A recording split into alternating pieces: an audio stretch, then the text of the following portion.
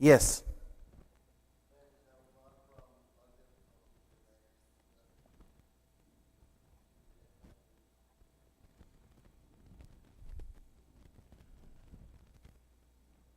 What else?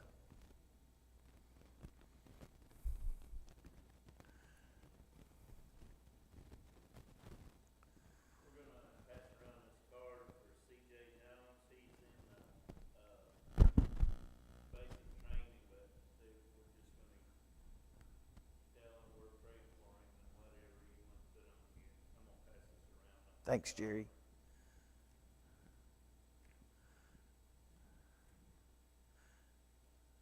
What else?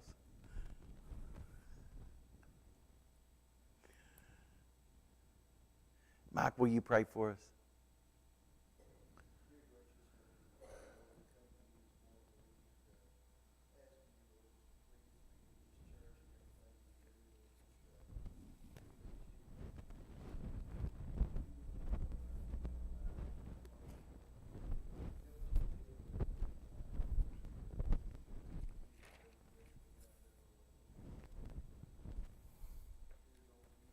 Amen.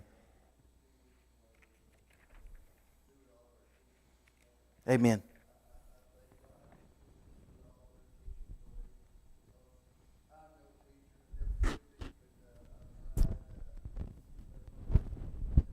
Amen.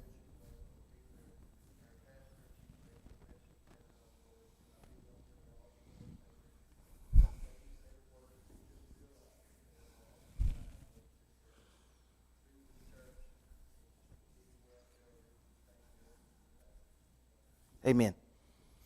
Well, Proverbs. And also Jerry's taking up the offering. He's passing this card around for us to sign, okay? And it's for CJ. What's his last name? Jones. CJ Jones. And you may remember him, you may not. They got some small kids, but they come with Jeremiah. That's Jeremiah's son. That's right. Thank you, Jerry. He signed up for what branch? Anybody know? Army? We don't know. But he signed up for the service. It don't matter. The reason I have two son-in-laws. One of them was in the Marines, and then he got out of the Marines, went to the Air Force. The other son-in-law has been in the Army. So,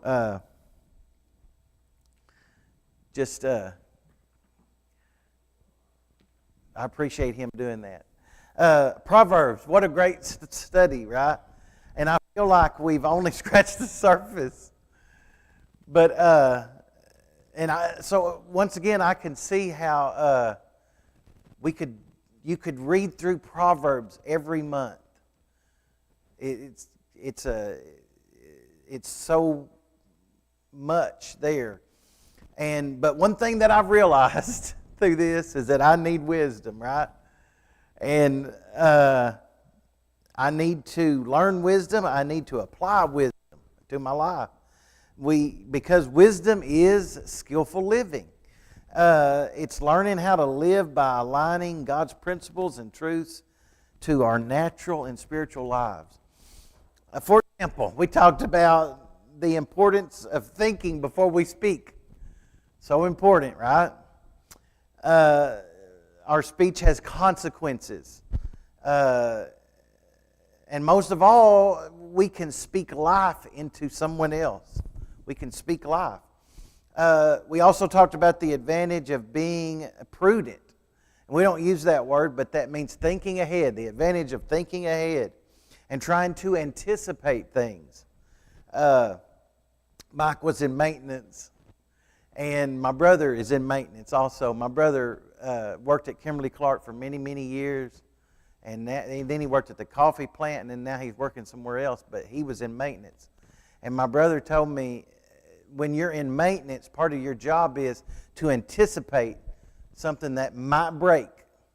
And part of his job was just to constantly be not fixing broke things, but fixing things so that things don't break.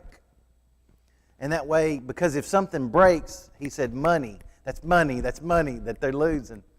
So part of his job was to fix things so that they don't break. And that's smart. That's pretty smart to try to figure out what's going to need to be replaced so that a big machine don't break.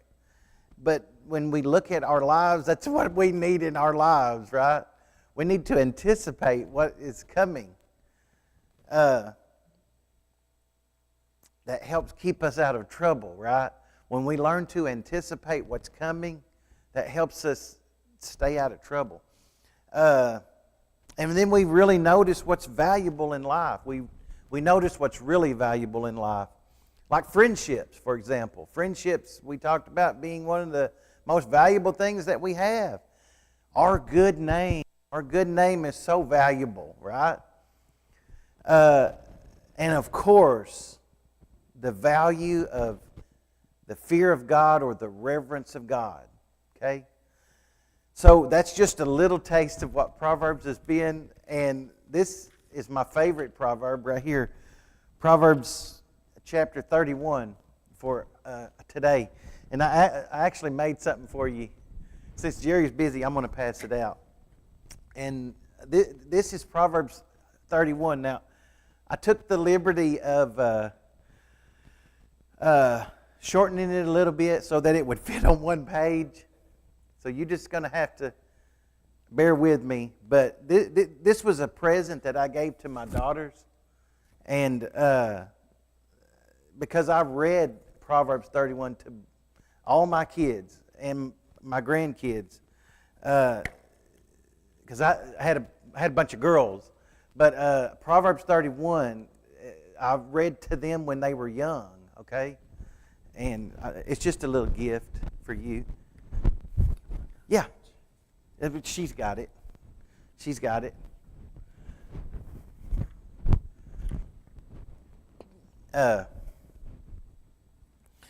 And recently I read this to my grandson's fiance. And she hadn't ever read it. And she's in church, but she hadn't ever read it. So, look, I believe in this. So let's dive in. I love your comments, okay? Keep them coming, okay? Proverbs 31, chapter 31, verse 10. It says, "Who can find a virtuous woman? For her price is far above rubies. The heart of her husband doth safely trust in her, so that he shall have no need of spoil. She will do him good and not evil all the days of her life. Her husband is known in the gates, when he sitteth among the elders of the land." And by the way, if you're a technical person on the Bethel Missionary Baptist Facebook Messenger, I put a link to a ministry called Proverbs 31 Ministry. And it's a ministry that it's a great resource for anybody, but they particularly focus on ministering to women. And they've been around for years and years, and I've listened to them for a long time, and they're very, very good. It's a very, very good resource for us. Especially, they minister to women. And by the way, there's not much that does. Most of it's all for us, all for men, okay? So this is a good one that can maybe help women. But when you look at your Sunday school book, there's a picture of an older woman on page 58. And I want to ask you, do you have to be old to be virtuous? No, of course not. But, and by the way, what is virtuous?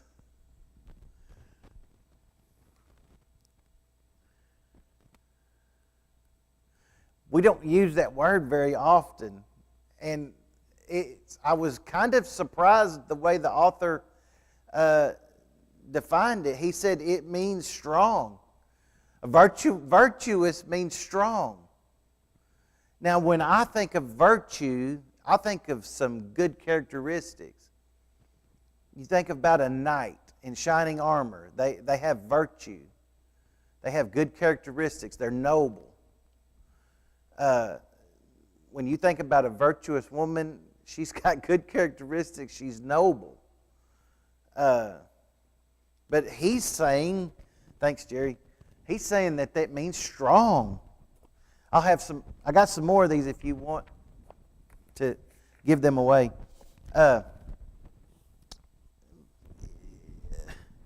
So the writer does an awesome job. The virtuous woman makes her home a happy one. Her husband is blessed to have her, and he can trust her completely. He goes on to say the virtuous woman supports her husband in his work.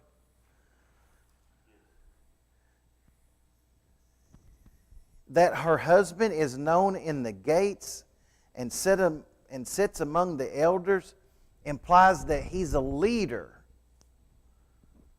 among the people.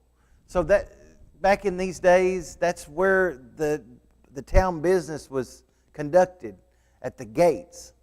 We recently had to go to the courthouse. And you know, when you walk into the courthouse, you just realize that this is an official place, right? If you've ever had to go to the courthouse, you realize this is an official place. By the way, Kylie works there. That's who I went and saw. But she works in an official place. And that's what this person is saying. Because of the virtuous woman, her husband is known in that place.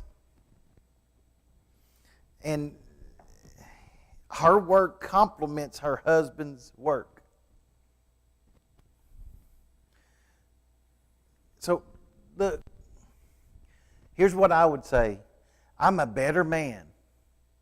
I'm a better teacher, my profession. I'm a better worker. And you can put, my profession happens to be teaching, but you can put your profession in there. I'm a better whatever, a better worker. I'm a better leader. just a better person all around because of the support of my wife. Would you say that? Now, there's only a few men, but ladies, I know that is happening. That you're doing that. I know that you're doing that. That what you're doing is supporting your husband, and it makes them better. Would you agree with that? Do you agree with that? And often it's really behind the scenes, right? It's often done behind the scenes. But it's done, though. Because I've heard Brother Dennis say Miss Janet makes him to be better at what he does. I've heard Billy Graham say that and Mrs. Graham makes him better at what he did. And I've heard David Jeremiah say that his wife, although she does not, David Jeremiah's wife is nowhere in the picture. You don't see her. She's not on stage with him, or she doesn't preach. But he's mentioned his wife being something that helps him do what he does. And I get it. I understand this. What else before we keep going? Verse 13. She seeketh wool and flax and worketh willingly with her hands. She's like the merchant's ships. She bringeth her food from afar. She riseth also while it is yet night, and giveth meat to her household, and a portion to her maiden. She considereth the field, and buyeth it, and with the fruit of her hand she planteth a vineyard. She girdeth her loins with strength, and strengtheneth her arms. She perceives that her merchandise is good. Her candle goeth out not by night. Her candle goeth not out by night. she's having to light a candle. She's doing so much, she's having to turn the lights on. She layeth her hands to the spindle. Now, we don't know, we don't know what that is, but it's something you work with. She layeth her hands to the spindle, and her hands hold the distaff. It's something that you work with. She stretches out her hand to the poor, yea, she reaches forth her hands to the needy. She's not afraid of the snow for her household, for all her household are clothed with scarlet. Now that may not seem important, but in this day, if you wore scarlet, that was hard to get your hands on that. It was a fine material. You couldn't there was no Walmart, right? There was no Shein. And now we got Shein and Temu. There was no Shein and Temu to order stuff. So if you got your hands on scarlet, that was pretty impressive. She maketh herself, verse 22, she maketh herself coverings of a tapestry. Her clothing is silk and purple. Purple is another one of those fine materials because it had to be dyed. Scarlet and purple, it doesn't naturally come. That's why everybody wore brown clothes. That was the natural color of clothes, brown. You had to have money if you wanted it colored something different. Verse 24, she maketh fine linen, and selleth it, and delivereth girdles unto the merchant. So let me ask you: is he teaching that a woman's place is in the home? So if in other words, for a woman to be godly, her place is in the home. Is that what this is saying?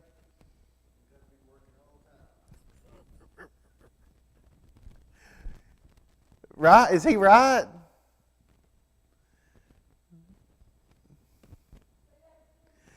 He said she needs to be working all the time. But my question was, according to this, is a woman's place in the home?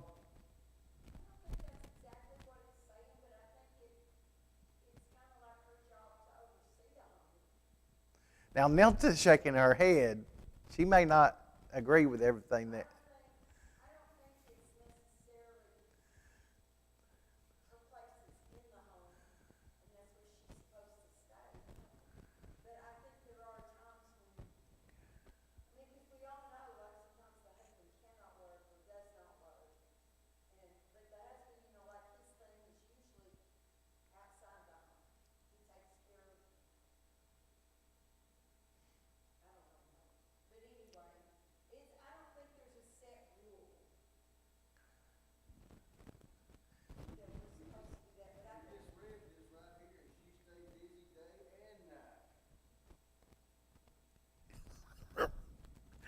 So I know I asked that question on purpose, right?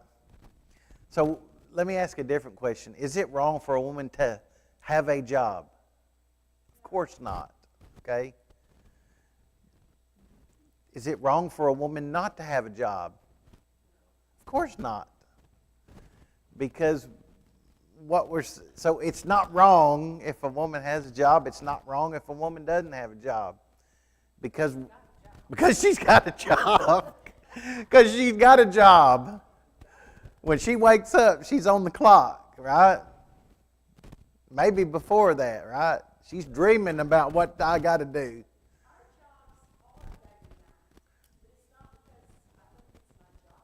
Right. Exactly.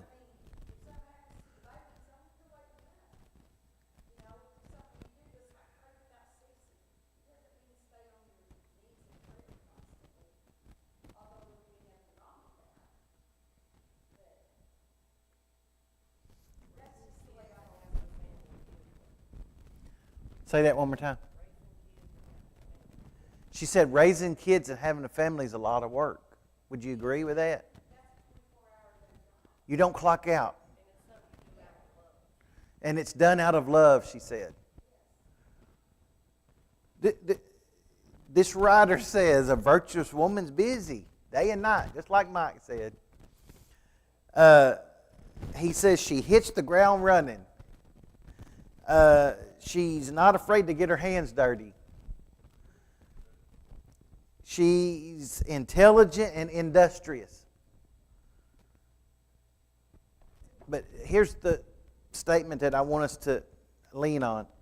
Her work, this virtuous woman's work, is the reason her family and home are successful. Do you agree with that?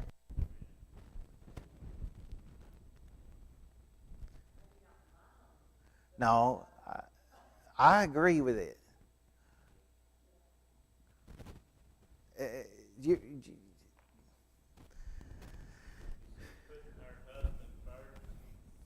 She's building him up when they're there at the house and when she's out in public, because everybody knows, and she's letting everybody know that I've got a good man. He's the head, and she's willing to do the very best, the most that she can, to see that her kids is clothed and warm and everything. She's giving them the best, and she's doing everything she can. She's putting her kids first. She's doing everything for that, and she's not complaining. She's doing it because she wants to, and I think that ultimately she's doing it because God, for God, that he's passing that along to her. it's good stuff. Because my grandma, she had a lot of stuff that was wrong with her. She had diabetes, and she had a wooden leg. She rode in a wheelchair around the house. But she got up singing and whistling, and she had breakfast hardly before anybody got up, and she worked all day long, and she was happy about it. And I never once heard her complain about anything. She was always happy, and her and Grandpa always told me because it was the Lord. The Lord took care of them.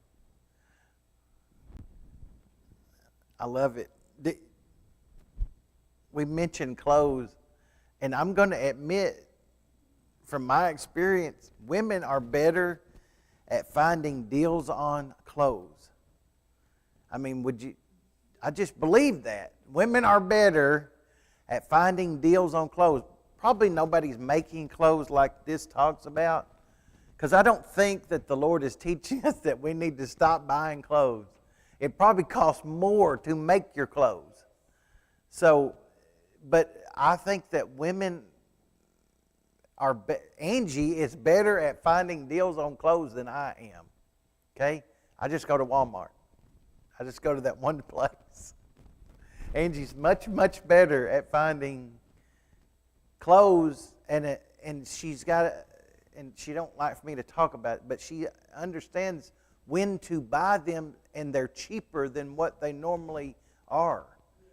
She understands when to buy the clothes, and she can find them cheaper than what the price is on the tag, but when she gets to the register, it's a different price. And I don't understand that. Because when I go to the register, it's the same price.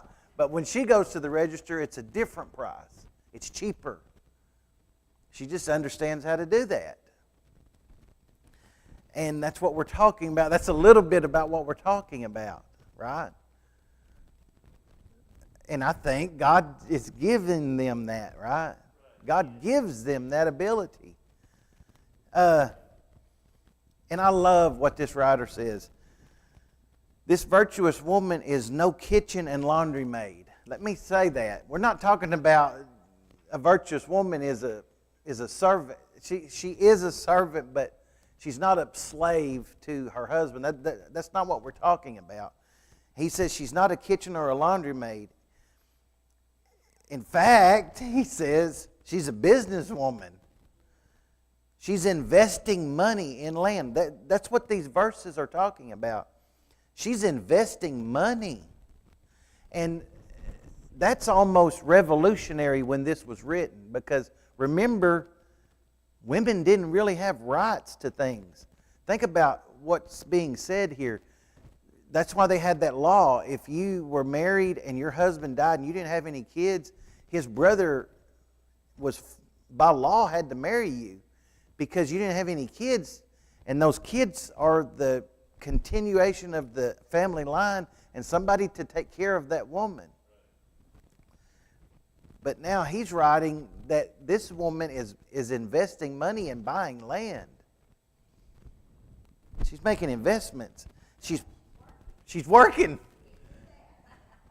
She's planting a vineyard, and the picture of that is she's thinking about future income. She plants a vineyard because she knows in the future that's going to bring in some income. She's investing for the future. And her investments are profitable. And that is very true. The virtuous woman can do the work, this writer says. The virtuous woman can do the work. She don't like for me to tell this, but I mowed the lawn this weekend, but I didn't mow it. She mowed it. Now I weed eated, but she mowed it, and it looks good. She don't like for me to tell that, but the virtuous woman can do the work. And the virtuous woman is generous and helps the poor and needy. How can she do that? Because there's something left over. The virtuous woman has worked so much and provided for her own family so much that there's leftovers. And so with the leftovers, she can help the poor and the needy. Because her family has all they need. And then there's stuff left over to help others. Right?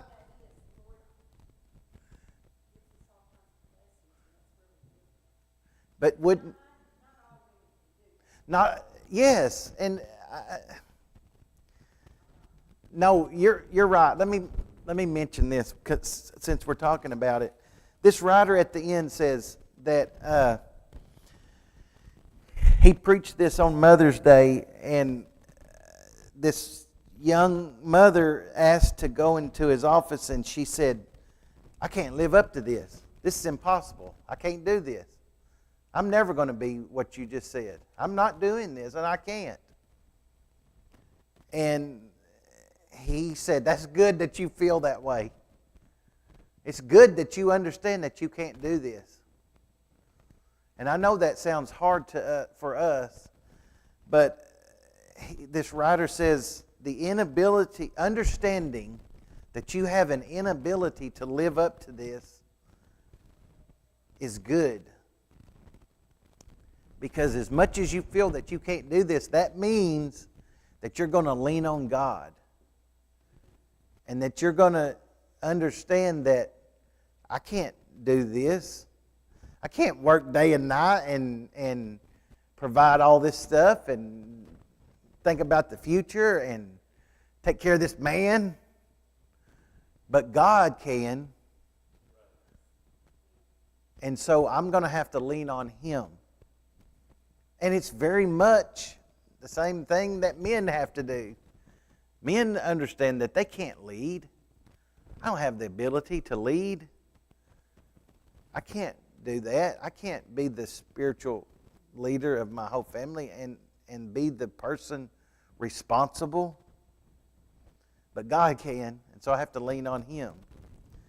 And yes. Oh, no, absolutely. Because it does seem a little intimidating as we're going over this list. Right, this list seems a little intimidating, doesn't it? A lot intimidating, she says. Well, we got one more section anything else before we go to it, though. Verse 25, strength and honor are her clothing, and she shall rejoice in time to come.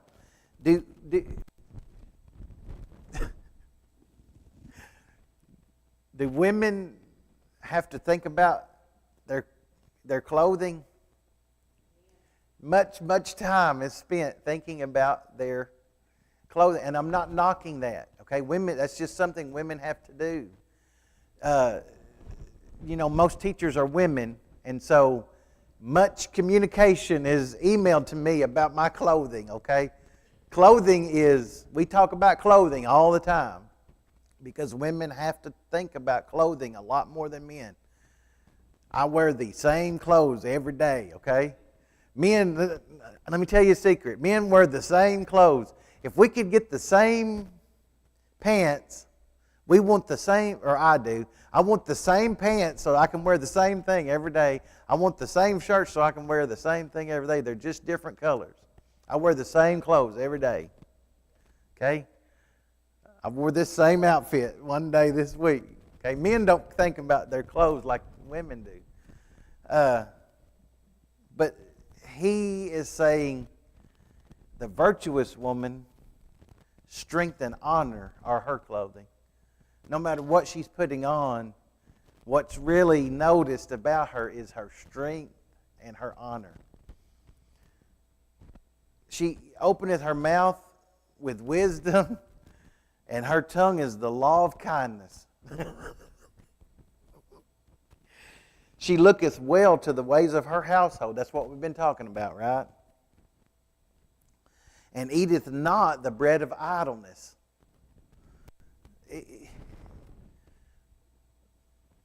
Is it dangerous to be... Now, look, we're getting to an age where we're understanding that we got to stop and rest for a little bit. We're not talking about rest. I have to stop and rest. We have to stop and rest. But let me ask you, is there a difference between resting and being idle? My first pickup, one of my first was a shift. People don't really drive shift anymore, but you had to put it in first, but then there was something called neutral. And if it's in neutral, it's just idling. You can push the gas, but it does nothing. It doesn't move, right? It's just idle. The motor's idling. The motor is working and burning gas, but the truck's not moving. And is it dangerous for women and men? Is idleness dangerous? It is. It really, really is. And I've learned a lot about how to, because I feel like I was in neutral a lot. I was running, I was pushing the gas, but I didn't move, right? I pushed the gas, but I didn't go nowhere. And I learned to listen to my wife, and I've learned how to move forward, get out of idle, and move forward a little bit. Because let me tell you a secret, women are way more organized than men. They have to be. To get all this stuff done, they have to be more organized than men. And this is my 11th year of teaching. I'm 100% more organized than I was 10 years ago. 100% more organized. You have to be. You can't get it all done if you're not organized. And that's a gift I think God gives women, to be organized.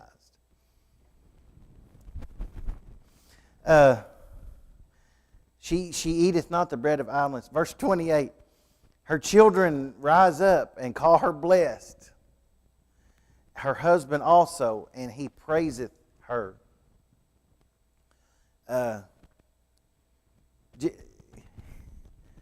Do your children rise up and call you blessed? When they're teenagers, they don't. They hate you. When my kids were teenagers, they thought I was the dumbest person that there was. And Megan don't like for me to tell this story, but when Megan was a teenager, she's been coming. Pray for her, by the way, and her family. But when she was a teenager, she said, "I'm gonna buy this car," and I was like, "You don't need that." I was like, "Where's the door handle?" She brought this car home, and she said, "I'm gonna buy this car. I'm just test driving." I said, "You don't need that." There was no door handle. You couldn't open the door. I said, "Where's the door handle?" She said, "Oh, you push this button in the door." I was like, "You don't need that." This was back when that movie Fast and the Furious came out, and they had made this car to look like one of those cars, Fast and the Furious. It didn't have a door handle. You pushed a button, and the doors open, and it was on the ground like this. You couldn't see under the car. You couldn't get under the car. Long story short, she said, "I'm gonna buy this. I don't care what you say. I'm buying it." I was like, "Don't do it." She bought the car, and I'm not making this up. Within days, she was driving down the freeway, and the vehicle in front of her, a mattress flew out of a truck, hit her car, and because that car was made out of fiberglass, it just busted the whole car. And she took it for repairs, and they said to repair this is worth more than the car. It stayed at the shop for a few days. The battery went dead, and when she pushed that button, you couldn't even open the door. I'm not making this up. I'm not making none of this up. So, but now she kind of thinks I knew a little bit about what I was saying. And what I'm trying to say is it might take them time, right? But your kids will call you blessed, right? They will. Especially their mom, if she's been virtuous. Girls and boys need their mom. I needed my mom. I miss my mom so bad. My mom very much encouraged me, and I believe that she was one of the very reasons that I became confident about who I am. I got to keep going. Verse 29, "Many daughters have done virtuously, but thou excellest them all." Here's the verse I want us to leave with. "Favor is deceitful and beauty is vain, but a woman that feareth the Lord, she shall be praised." That's the last verse I left on your sheet. Is there pressure on women with their appearance? There's so much pressure, right? Sometimes we want to throw the TV out, okay? There's so much pressure on women for their appearance to be good and young and beautiful, right? Fortunes are spent to keep women looking young and beautiful, right? But I want us to look at what this says. Favor, and we could use the word charm. Favor or charm is deceitful. A woman's charm can be deceitful. That cannot be honest. It can be fake. And verse 30 says, "Beauty is vain." And another word we could put in there is passing. That beauty goes away. I don't look like I did when I was a teenager. And I know that, so our beauty is going to go away. But a woman who feareth the Lord, she shall be praised. A virtuous woman who fears the Lord, that's what makes her beautiful.